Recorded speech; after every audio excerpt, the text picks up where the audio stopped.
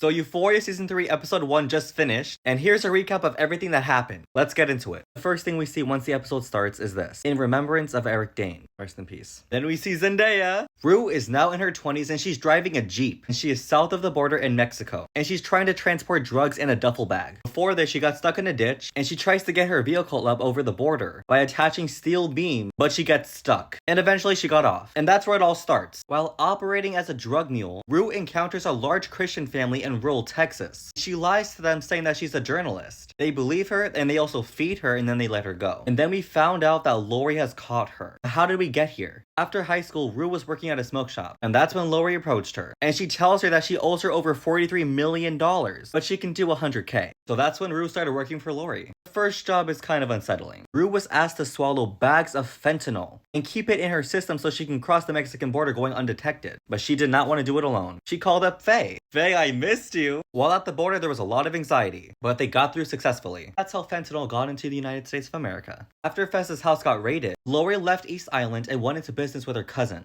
Rue started picking up shifts as an Uber, and she goes to see Lexi, but she can't tell anyone she knows that she's working with Lori. At one point, Rue tells Lexi about the Christian family that she met in Texas. She noticed how happy they were, and started talking about Christianity. And Rue talks about the possibility of becoming Christian, and Lexi did not like that. Rue then encouraged Lexi to go talk to Fez. Should I say visit Fez? Because he's going to be in prison for over 30 years. The next scene is with Cassie. She's posing as a dog, and Nate catches them making content. And apparently Nate and Cassie have a maid. Nate is rich and took over his dad's business. Nate confronts Cassie. Oh, and by the way, they live in a right-wing suburban neighborhood. Sound familiar? Nate then lectures Cassie about posing as a dog means that she's a prostitute. Cassie neglects that claim and just says she just wants to make money. But Nate says that's his job, not hers. And then we go back to Lexi and Rue. And that's where Lexi tells Rue that Jules is a sugar baby. But we never saw Jules this episode. We did see Maddie. Maddie works in management for a few actors and influencers. Fast forward, Rue and Ali reunite. And Rue also tells Ali about that Christian family that she met. Rue believes that she's missing out on something. She feels like if she turns to God, she could be happy. But then brought up the fact that she likes girls. But then Ali reassured her, liking boys or girls, that doesn't matter anymore. But then Ali does mention, if you believe, you believe. If you don't, you don't. Then Rue made the decision that she's going to start reading the Bible. Fast forward, Lori has Rue doing a mission. She had to deliver a bag full of drugs to this guy named Elmo. She delivers it and then she says how she has to pee. She walks upstairs and she notices there's a lot of girls around there. It's a party filled with a lot of topless women. Rue lets her guard down and starts dancing with all the women. But eventually she gets pulled out, gets confronted by the owner Elmo. But that's where the conversation started. Rue expresses her desire of leaving her current predicament, which involves smuggling drugs across the border. And Elmo recommends that she should reinvent herself. However, one of the women from the party died from the drugs that Rue smuggled in. Rue gets pulled into the office of Elmo. He was furious. Rue brings up the topic of reinventing herself. She